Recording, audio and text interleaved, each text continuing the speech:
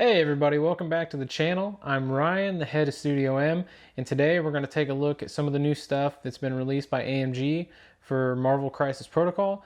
It includes the Criminal Syndicate members of KINGPIN, Bullseye, Taskmaster, and then the Outlier, which would be the Punisher that just got released. And then we're also going to take a look at the Daredevil card, kind of see how these all fit in with the rest of the characters and tactics cards currently out for Crisis Protocol and how that might affect lists moving forward. Alright, so here we've got the Criminal Syndicate card. You see KINGPIN as the leader. You got Bullseye, Taskmaster, Black Cat, who is a new addition that we weren't sure was going to be in the game, but we were pretty positive. We've seen some actual card art for her and some of the other tactics cards and stuff. Crossbones might find a new home in this Criminal Syndicate because of KINGPIN's leadership, being able to count as multiple people on a single point while being very difficult to move off of that point is going to help him a lot as far as being playable, I think. MODOK, most overpowered character in the game, probably going to be taken all over with Criminal Syndicate just because of he's MODOK. He's very useful in a lot of situations, obviously. Absolute pain in the butt. Killmonger, solid addition. He's a lower point cost. He's very killy. Fits in with Criminal Syndicate very well, obviously. Green Goblin is interesting here. I like Green Goblin if he has the right support pieces. His 4-dice attack is, in my opinion, terrible. The only saving grace is getting a wild. Honestly, I've had some luck with him. I've had a lot of not so much luck. Let's just put it that way in matches with him. Mysterio is going to be the big kicker here. We have no idea anything about Mysterio. There's a good chance Mysterio is going to help Green Goblin out a lot in this situation. So we'll see what happens there. Alright, we're going to move on to All According to Plan here. The tactic card that comes with KINGPIN. It's obviously Criminal Syndicate affiliated. It's reactive. During the power phase, any number of allied Criminal Syndicate characters may spend power to play this card. If 10 or more power was spent to play this card, take the priority token. Fits in perfectly with KINGPIN and being able to buy off any kind of authorities and still get his way. 10 power is a lot of power. If you need this in turn 3, you're going to kind of have to keep it in mind depending on how many of your characters are actually Syndicate affiliated and how much power each one of those obviously has. MODOK can grab lots of power. I wouldn't say Goblin is going to get a bunch of power. People that are going to be around a bunch of other people are going to have, enough power to play this. But man,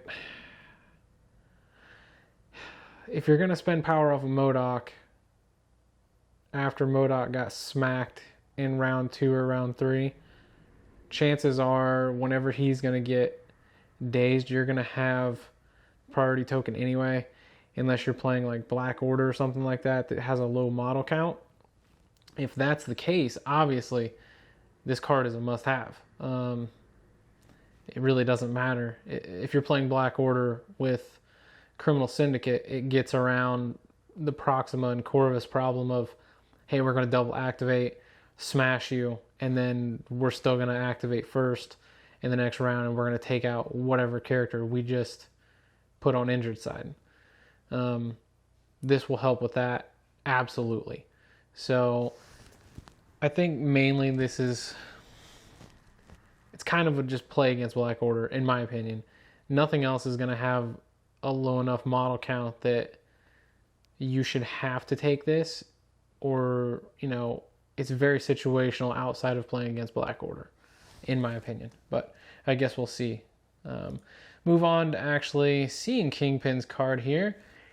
Yeah, he's a big boy. He's got headbutt, so it's a range 2, 5 damage, no cost. It looks pretty nice. One wild is a stun, another one's a push. So if you get 2, you can do both. If you get 1, you can choose. Good luck getting 2. I mean, it'll happen every once in a while, but not that often. The better of the 2, in my opinion, probably take the stun over the push if I'm just going to get the 1. Because if you're going to push any damage through, take the stun and then throw that character with street level negotiations down there. 7 health, short movement, makes sense. Size 3, 4 threat, 4 physical defense, 3 energy, 3 mystic. It all makes sense, I guess. It's kind of, I don't know. It's still kind of weird seeing characters with this much physical defense that are kind of normal human beings and just kind of chunky boys. But it is what it is. So we've looked over headbutt. Let's take a look at Cane Laser. It's beam 3, 4 power or 4 strength, 0 cost, ignores line of sight. You don't get cover. Feels very situational. I guess if you've got 2 or 3 people lined up and you can Cane Laser because of line of sight or whatever, if you absolutely have to hit someone hiding like a Rocket Raccoon that's got 1 or 2 health left, and you're really just trying to go to get that removal from the game or to daze them, sure, it makes sense. Outside of that, I don't know why you would use this. You're not generating power. You're not adding any kind of effects. It's pretty situational. Definitely nice to have just in case. Headbutt is much better for the push. Hail to the King. It is his big boy move. Range 2, 7 damage, 3 power to use, which shouldn't be too difficult to get from the damage he's going to take and possibly push out with those 5 dice from headbutt.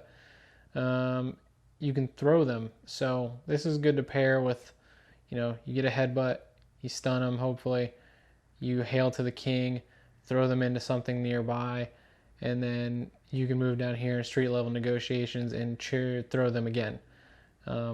If you have the 5 power, obviously.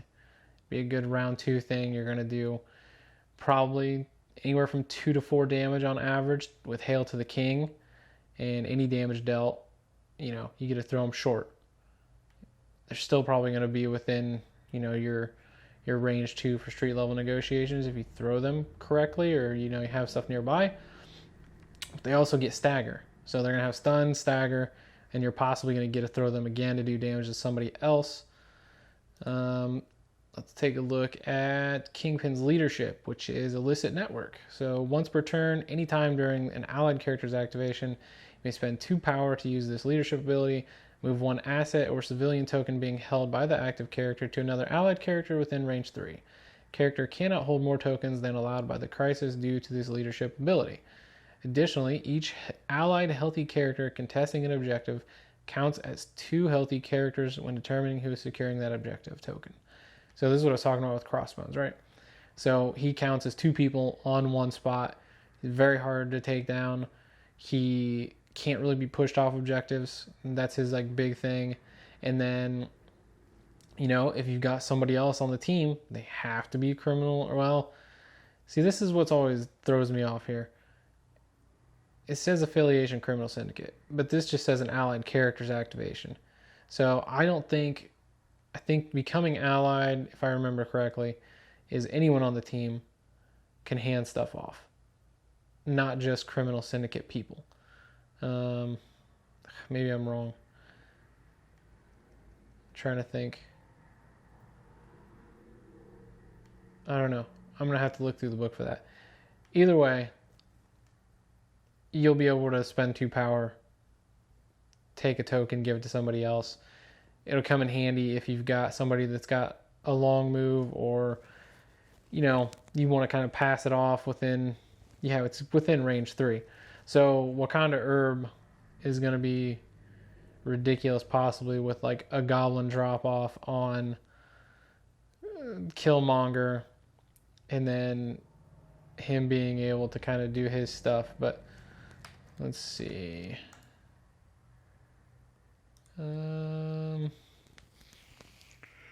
Yeah, because if we go back and look here, Black Cat's probably going to have a long move. Yeah, Green Goblin and Black Cat plus Killmonger. I'm trying to remember if Killmonger has any special moves that he can use. Don't think he does. Anything outside of the move normal situation. Kingpin's injured side, I think it's pretty much the same. Headbutt, cane laser, doesn't gain anything there, nothing there. Still has street level negotiations. Yeah. And, intense physical conditioning, character suffers damage. You can reduce it by 1. Technically, if you're going to take 1, he can spend 1 to make it not take any damage. Solid frame is probably his best defensive ability. He doesn't suffer damage from collisions with other characters. So if he's thrown at anybody else, he's not taking any damage, but those people are going to take, 4 from Mr. Big Boy here. It'll be interesting to see how that's going to work out, because I don't recall I don't think there's anything in the game yet that allows you to throw your own characters into somebody else. That would be amazing for Kingpin. I don't think that's a thing, but it might be sooner rather than later. And if it was, it would be awesome, because it's a free movement for Kingpin's slow move or short move, and then he also doesn't suffer collision. So it might be a thing in the future. I don't know. We'll see. Bullseye, 5 health, medium movement, size 2, threat 3, 3 defense across the board. It's pretty solid. Throwing knife. So defending character does not benefit from cover. That's pretty sweet. After the attack is resolved, character gains power equal to the damage dealt, and they're going to get a bleed on a wild. It's not that big of a deal. In my opinion, cover doesn't come into effect all too often in this game. At least not yet. People haven't started positioning themselves to constantly get cover. Let's just put it that way. And sometimes it's hard depending on the terrain. You're either going to have good terrain or not for those situations. So it might come into effect more with the more terrain that goes on porch, and you're going to have more cover, stuff like that.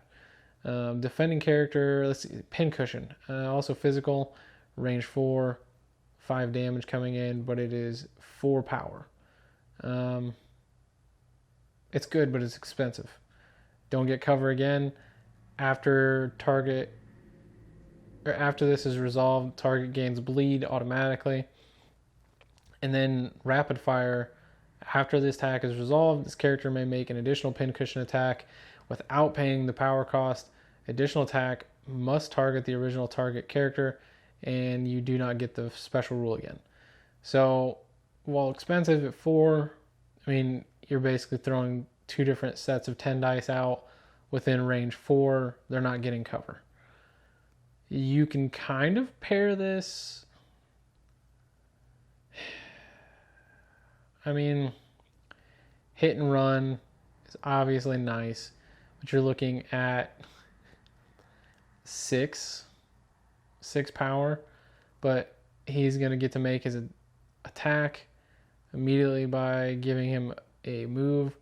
So you're going to pay 6 power, pincushion twice, 10 dice into somebody, and then get out of there medium. It's a good idea. And even if, you do a throwing knife or a pincushion, if you've got the power, you can use I Never Miss. And in that case, if no damage was dealt, you can spend the power, you make them take 1 damage anyway. So it's good against characters that have 1 health left and don't have any kind of modifiers or anything that reduces damage.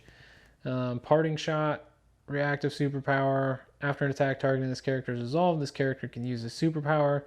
Attacking character suffers 1 damage. This character may advance away from the attacking character short.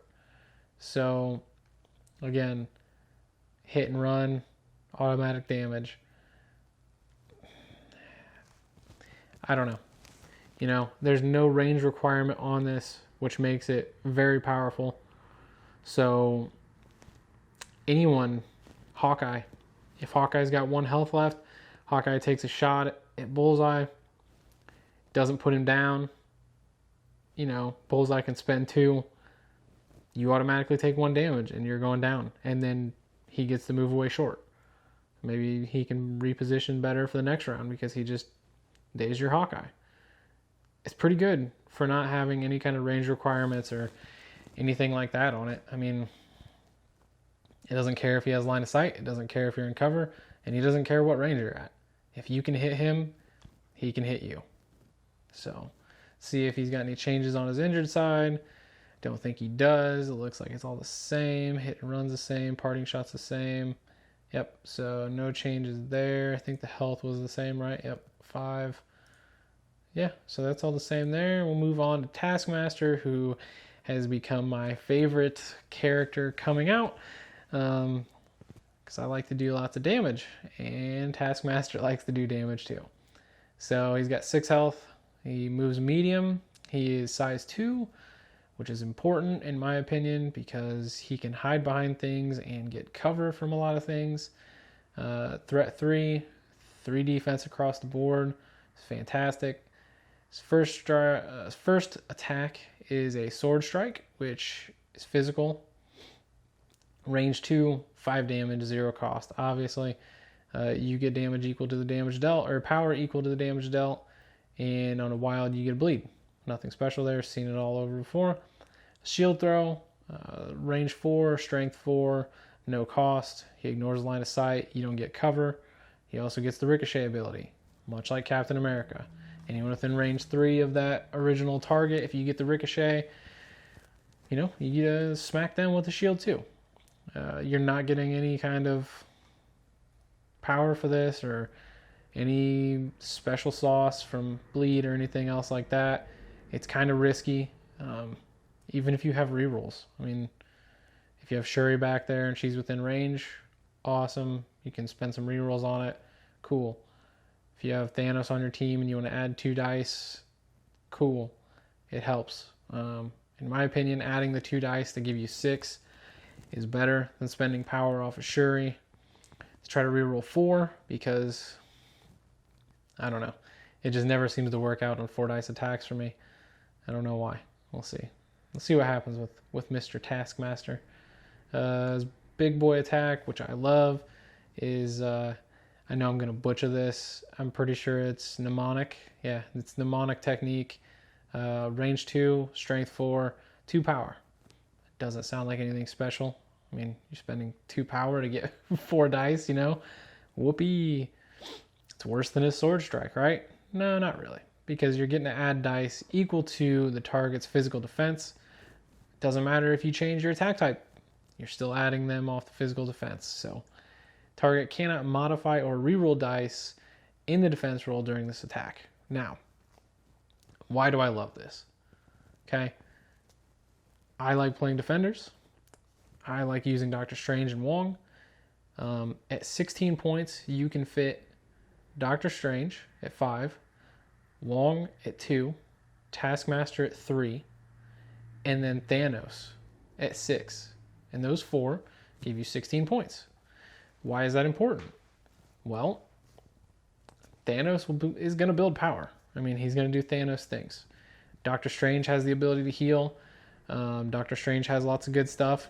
Doctor Strange also allows you to change your attack type. On someone that is all physical attacks, pretty important, in my opinion. Wong, I mean, we can go through this process. Wong is hanging out. He moves once.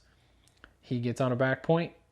He spends his action to gain an extra power. He spends those 2 power to hand one over to Taskmaster. Taskmaster is going to get dropped off in the middle from Doctor Strange on Doctor Strange's activation, so he gets a free sword strike attack. He may apply bleed, he may not. He's probably going to do some damage and gain some more power.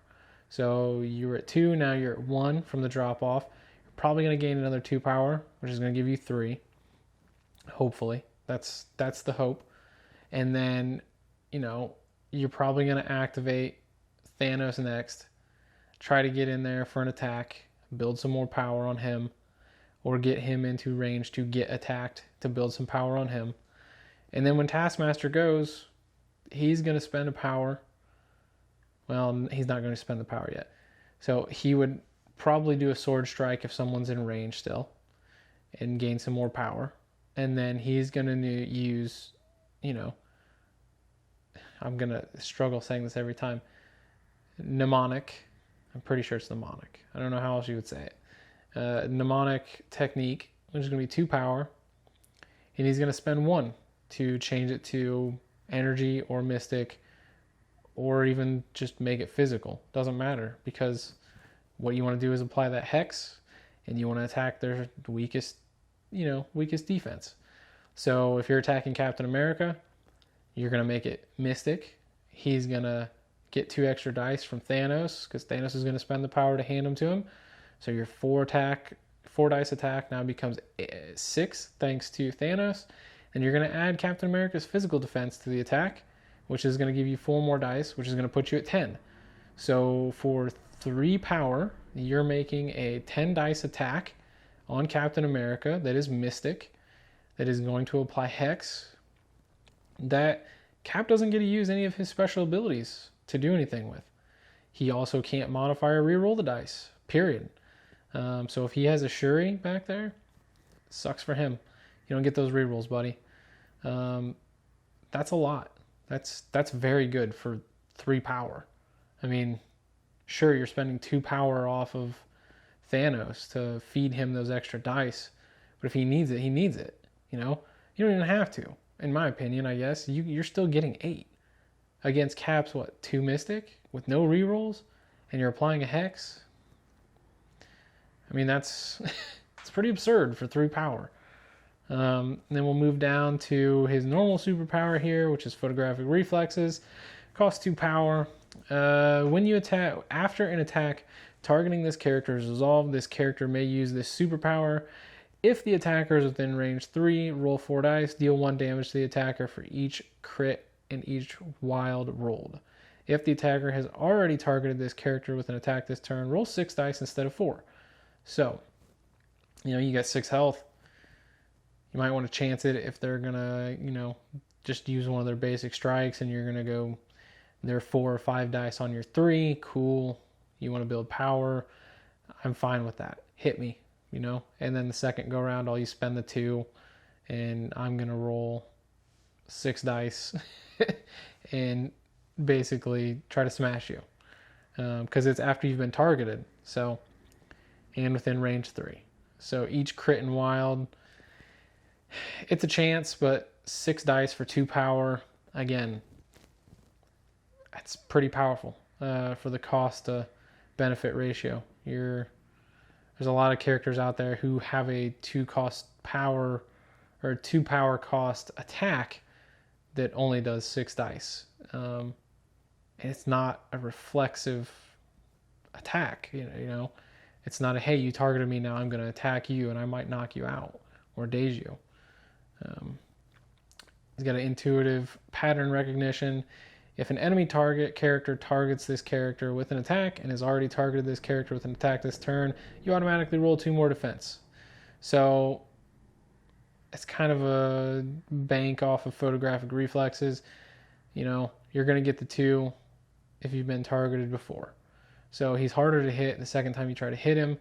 So even if you don't knock them out with photographic reflexes or daze them, you still get to roll those 2 extra defense die afterward. So your 3s all become 5s on anything. There's no conditions based on, physical or energy like some other characters. Where there are conditions is martial artist. So when this character is defending against physical or energy attack within range 2, This character adds blanks in its defense rolls and total successes. It's pretty familiar. Other characters have it. I think Cap has this basically the same exact thing, which is exactly why you would change the mnemonic technique to Mystic to get around that. He's also a rogue agent, so he counts as an affiliated character during squad building, but he is not affiliated as far as tactics cards are concerned unless he is on the affiliation roster card. We'll move over here and see, does he have anything different? I think his health goes down one. He goes from 6 to a 5. Defenses stay the same. His attacks stay the same. Looks like all of his stuff is the same outside of having one less health. So it's a little easier to hit when he's injured. That's fine. And we'll move on to Punisher. Currently, Punisher is not on an affiliation. I don't think we're going to see him placed on one. I don't think he's going to have anything like that. He is going to be the lone Frank Castle that we know him to be in the comics and everything else. So if you're looking to see him put on an affiliation, good luck in my opinion. He is 6 health, medium movement, size 2, threat 3, 3s across the board just like Taskmaster on defense, hip fire, which is all the rage right now, range 3, 4 strength, 0 power cost. You just get 1 power after the attack is resolved, and rapid fire special condition allows you to make a second hip fire. So whether you hit or not, Frank is getting 2 power off of 1 shot, which is going to give you effectively an aim shot every round. So he's going to get hip fire, and then he's going to have 3 power from your first power at the beginning of the round, and then the 2 from 1 hip fire to give you an aim shot. So you're getting a 4 dice attack twice, and then an aim shot 7 every single round, unless you do something else with him like Spec Ops training or something like that. No ifs, ands, or buts about it. In my opinion, he is a ridiculous candidate for being dropped off, doing his double hip fire for 0 cost, getting 2 free power, and then instantly making an aim shot on a back target that you need to hit when he activates with that 7 strength shot and a pierce. And if they hit, they get stun and slow. Is he better than Hawkeye? Stun and slow are both pretty powerful, and on an opening round 1 drop off that he's going to get instant 2 power, and then he's still going to get to make another hip fire shot and an aim shot, and then possibly have enough to Spec Ops training in that turn and get back at short and get out of the way of other fire. That's 4 8 dice on the drop off, another 8 dice on his first activation, and 7 more dice. So you're talking 8, 16, 17, 18, 19, 20, 21, 22, 23. There's 23 dice in a drop off and a round 1 double hip fire and aim shot. 23 dice at a single target if you want to. That's insane. And if you need to switch it on a defender's list to Mystic or Energy, cool. Pay 1, switch it on that aim shot. Who cares? You're going to have 2 power off the drop off after you spent the 1. And then you're going to have 2 more power from that. So there's your 4. So there's your spend 1 and your 3. You're not going to be able to Spec Ops training, but you might be able to take out whoever's on that back point or multiple people. With Frank Castle's Punisher here, that's a lot. Yeah, so no more second chances here. 0 cost. Discard 1 of 3 tokens. During the next attack made by this turn, add 1 die to its attack roll for each token that was discarded. Superpower can only be used once per turn. So where does that come from? That comes from the Fallen. So anytime someone on your team gets dazed or KO'd by an enemy effect, this character gains a punishment token. Character can only have 3 at a time. So the way this works, even if someone gets dazed on your team and someone else goes over and uses field dressing, you still get the Fallen token, whether they come back or not. Now, if they get dazed, they get revived, and then the player you're playing against activates another character and dazes them again, yes, you are going to get 2 tokens in that single round from that. Now, do you want to use both of those in the next coming round? I don't know. That depends. It's very situational. You may want to. It's free. You get to add 2 dice for free, especially since you know you're getting an aim shot basically every round, as long as you're in range to get at least 1 hip fire off. That's also pretty powerful. You don't want to use, well, you're hoping that it doesn't come up too often, obviously, because the more people dazed, obviously, the harder it is for you to win. Spec Ops training, character advance is short, only used once per turn, cost 2 power. It's fine. It's not as good as Hawkeye's power, especially because Hawkeye's typically gaining enough power off of shots to be able to hook arrow. I don't know. I'm kind of back and forth on Spec Ops training and how good it really is. If you need to spend the power at the beginning of the round to get into a range 3, double hip fire, and then aim shot to take someone out, fine, I guess. I don't know. I don't see myself using Spec Ops training a ton. Yeah, so Warzone costs 3 power. It's an action. Choose an interactive terrain feature, size 3 or less within range 4 of this character. Enemy characters within range 1 suffer 2 damage. The terrain feature is destroyed, removed from the battlefield. Superpower can be used only once per turn. Now, it's not reactive like goblins, and it costs an action. It's the same power cost. The kicker is goblins' reactive power isn't guaranteed to hit. This is guaranteed that if you're within range 1 of that terrain feature, you're taking 2 damage, period. And if you have multiple people there, they're all taking 2 damage, period. And it only specifies enemy characters. So even if you have a character on a terrain feature that is size 3, let's say it's a building. You've got 1 person up there, they've got a person on top, and 2 other people at a central point on gamma shelters, and they're all within range 1 of it. Cool. One of Punisher's things is going to be, I'm going to spend 3 power, I'm going to blow that size 3 building up, and all 3 of your people over there are going to take 2 damage. Period.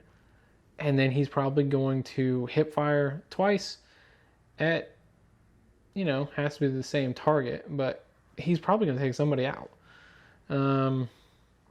That's pretty powerful, honestly.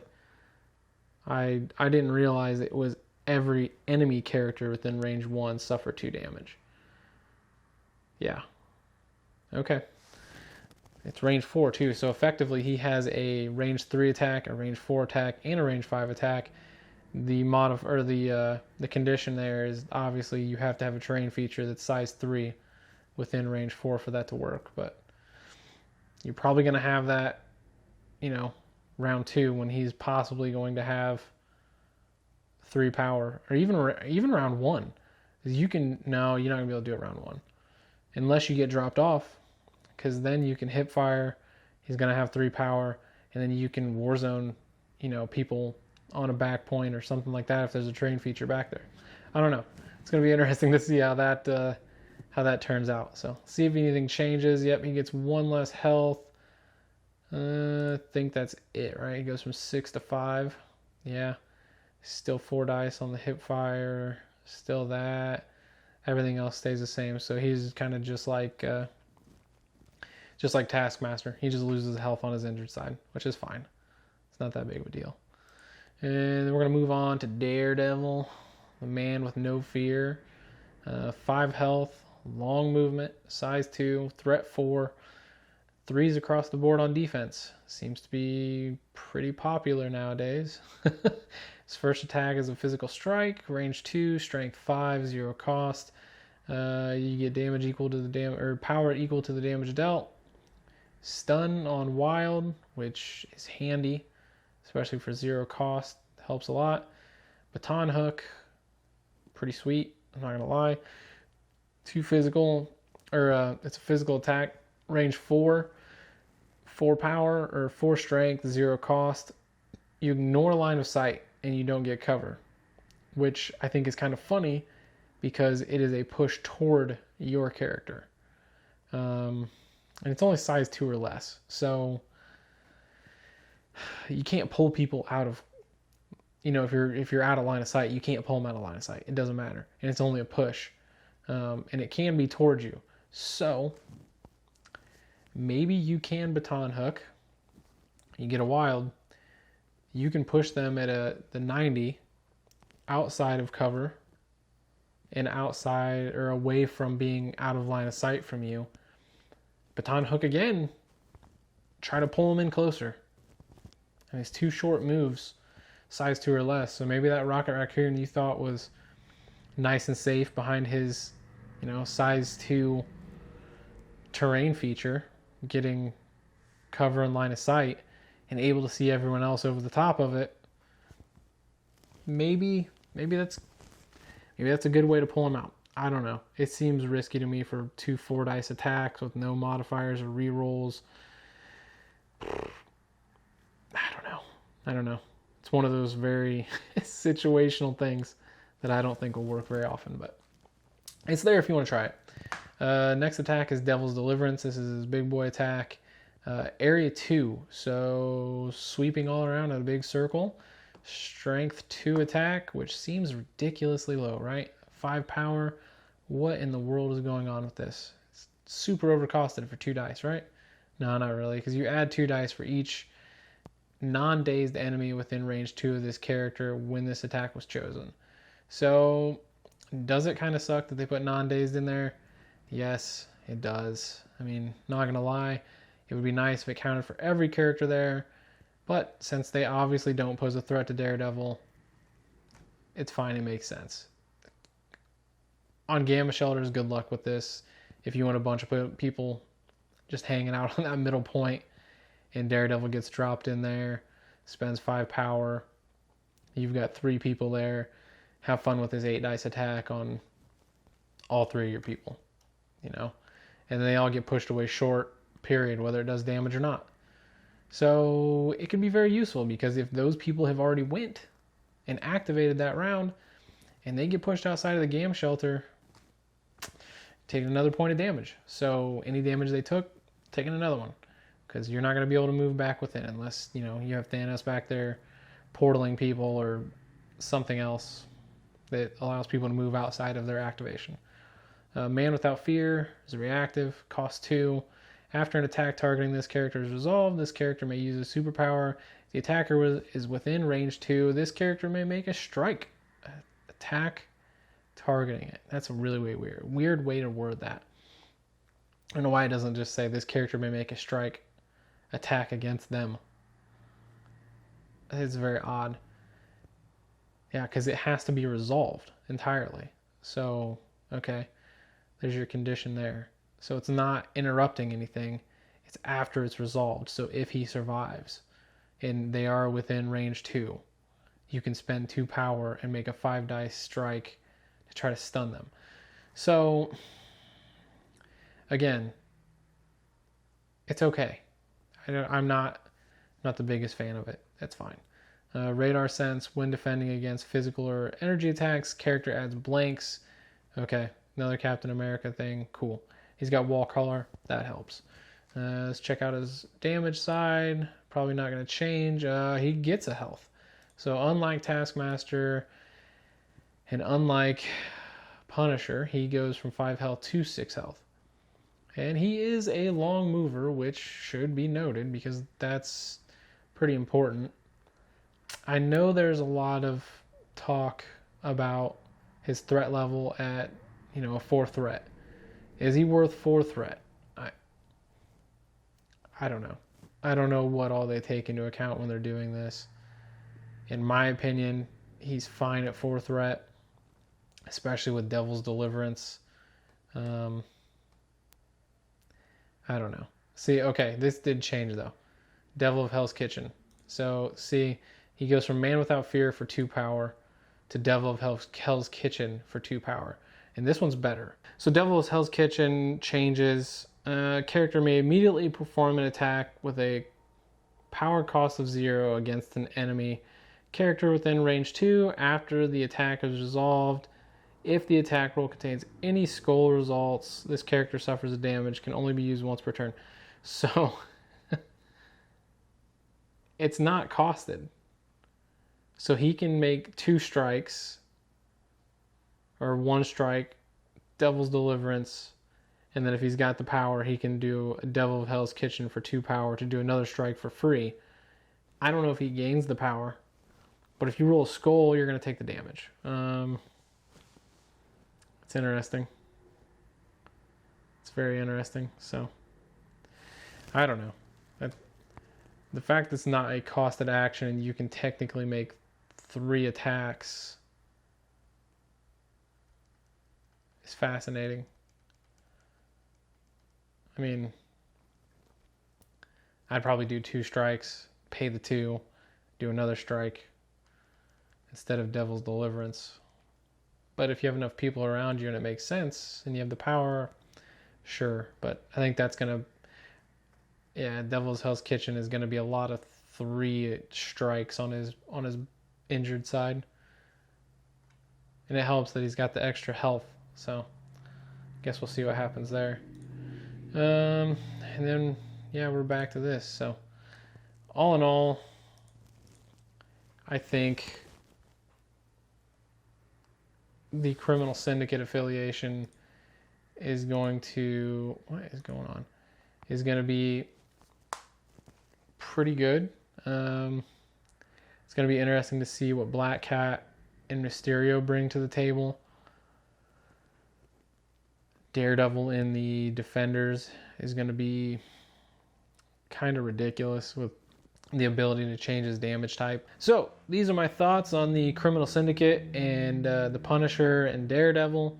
Let me know what you think in the comments below, how you think this is going to affect the affiliations that we already have out there, and how do you think Criminal Syndicate is going to pan out amongst the other affiliations that we have. I think they're going to be run a lot. They'll be pretty popular. Once Black Cat and Mysterio come out, I think they'll be even more popular. I don't think KINGPIN adds too much to Spider Foes. He helps a little bit. I don't really think you're getting that much more out of it just because they don't have any low-cost characters yet. I suspect Mysterio is either a 2 or a 3. He'll be a better replacement within Spider Foes, in my opinion, than KINGPIN will be. But again, we'll see. Don't forget to like and share, and please subscribe if you're enjoying this content. Hopefully I'll be doing more of these news updates as we get more stuff that comes out, especially once we get everything. Like, we kind of got all of the Criminal Syndicate information, and then, you know, Daredevil on top of that for the Defenders, and then Punisher, who's going to just kind of do his own thing and not be any type of affiliated. So yeah, leave comments below. Let me know how I can kind of do things better, or how you would like things to be done. News-wise especially, would you prefer that I wait until all this stuff comes out? Or would you like a more condensed breakdown of kind of each individual spoiler and kind of do it that way? I prefer to just do one video.